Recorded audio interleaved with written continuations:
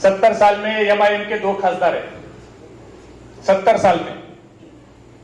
और हमारी राष्ट्रवादी कांग्रेस पार्टी है, ये पार्टी 22 साल की पार्टी है। इस 22 साल में पवार साहब ने तारिक अनवर साहब को राज्यसभा पर लेकर केंद्रीय कृषि राज्य मंत्री किया, माजिद मेमन साहब को राज्यसभा पर खासदार किया, फौजिया खान मैडम को राज्यसभा पर खासदार किया, मोहम्मद अफजल साहब लक्षद्वीप से राष्ट्रवादी कांग्रेस पार्टी के खासदार है।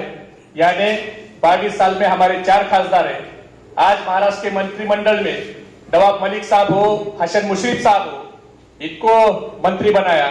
फौजिया खान मैडम भी 2014 से पहले विधान परिषद पर लेकर उन्हें राज्य मंत्री बनाया था। आज विधान परिषद में बाबा जानी दुरानी हो, खाजा बेग साहब हो, इनको वहां पर काम करने का मौका दिया। आज मेरे जैसा छोटा कार्यकर्ता जिसके घर में कभी ग्राम पंचायत का सदस्य नहीं था, वो महाराष्ट्र का राष्ट्रवादी युवक कांग्रेस का कार्यकर्ता अध्यक्ष बोलकर आपके सामने खड़ा है। साहब 4 कार्याध्यक्ष बनाने की उनकी डिमांड है और कैसे करेंगे?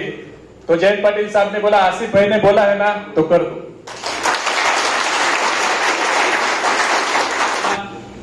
एमआईएम का आमदार है और मेरी नजर में एमआईएम और बीजेपी यानी गंगाधर ही शक्तिमान है। एमआईएम ये बीजेपी की भी टीम है। मेरे मायने में एमआईएम मतलब मोदी इंपोर्ट मेंबर। और जहां जहां बीजेपी स्ट्रांग होती है, जहां जहां एमआईएम स्ट्रांग होती है, वहां वहां हमारे नौजवान साथियों के दिमाग अलग जगह लेके उनको पहला फुसलाकर हिंदू मुस्लिम समाज में किस तरह से तेड़ आएगी, किस तरह से माहौल खराब होगा, यही काम करने वाली ये 2 पार्टियां हैं। जिस तरह से आरएसएस काम करती है, जब आरएसएस काम करती है और हिंदू समाज के बारे में बोलती है, तब हम सेकुलर होने के नाते आरएसएस को गलत बोलते हैं। उसी तरह जब मुस्लिम की बात कर हिंदू समाज के बारे में अगर कोई गलत बोलता है तो सेकुलर बोल के हमें उसे ही गलत कहना चाहिए, तो ही हम सही मायने में सेकुलर।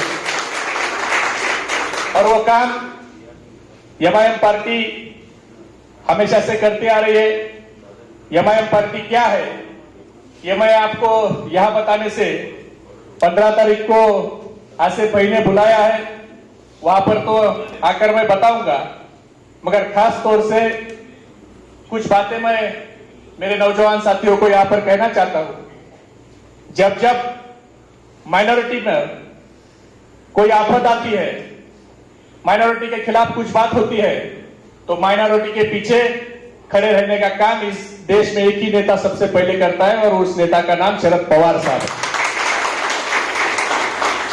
आप जिस वक्त ट्रिपल तलाक का कानून आया, मेरे को याद है औरंगाबाद के उस प्रोग्राम में मैं था, राष्ट्रवादी कांग्रेस पार्टी का मोर्चा था, आदरणीय पवार साहब वहां पर थे। और जब कानून आने के बाद पवार साहब ने खुलेआम उस कानून का विरोध करते हुए कहा था कि मोदी सरकार को किसी की शरीयत पे दखलंदाजी नहीं करना चाहिए। ये कहने वाले देश में पहला नेता आदरणीय शरद चंद्र जी पवार साहब थे। जब एनआरसी सीए का कानून आया, तब सबसे पहले, जब तक महाराष्ट्र में महाविकास आघाड़ी की सरकार है, ये काला कानून महाराष्ट्र में लागू न होने नहीं देंगे, ये कहने वाले हमारे नेता शरद पवार साहब थे।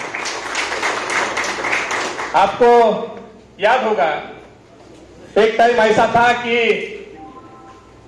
बीजेपी और आरएसएस ने ऐसा माहौल देश में पैदा किया था कि मुस्लिम बोले तो आतंकवादी चेहरा सामने आता था। और उस समय कोई भी बड़ा नेता बोलने के लिए कतराता था, मगर उस समय आदरणीय पवार साहब ने एक बात कही थी कि आतंकवादी का कोई मजहब नहीं होता, वो किसी भी समाज से हो सकता है, सिर्फ एक समाज को टारगेट करना गलत बात है। और उसके बाद आपके मालेगांव बम स्पॉट में प्रज्ञा सिंह और कर्नल पुरोहित को अटक किया था।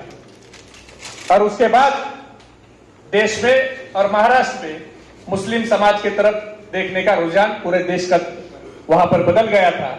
ऐसे हमारे नेता आदरणीय पवार साहब है। आसिफ भाई का मैं दिल से स्वागत करता हूं कि उन्होंने सही मायने में पहले ही जयंत पाटिल साहब के साथ आना चाहिए था। और जयंत पाटिल साहब के दिल में उनके बारे में क्या प्यार है ये हमने देखा है। उनके जब हम कभी इतने कार्याध्यक्ष बनाते नहीं है, मगर साहब को जब मैंने बोला कि साहब 4 कार्याध्यक्ष बनाने की उनकी डिमांड है और कैसे करेगी, तो जयंत पाटिल साहब ने बोला आसिफ भाई ने बोला है ना तो कर दो। इसलिए पार्टी भी ताकत से उनके साथ खड़ी है और ये पार्टी ऐसी पार्टी है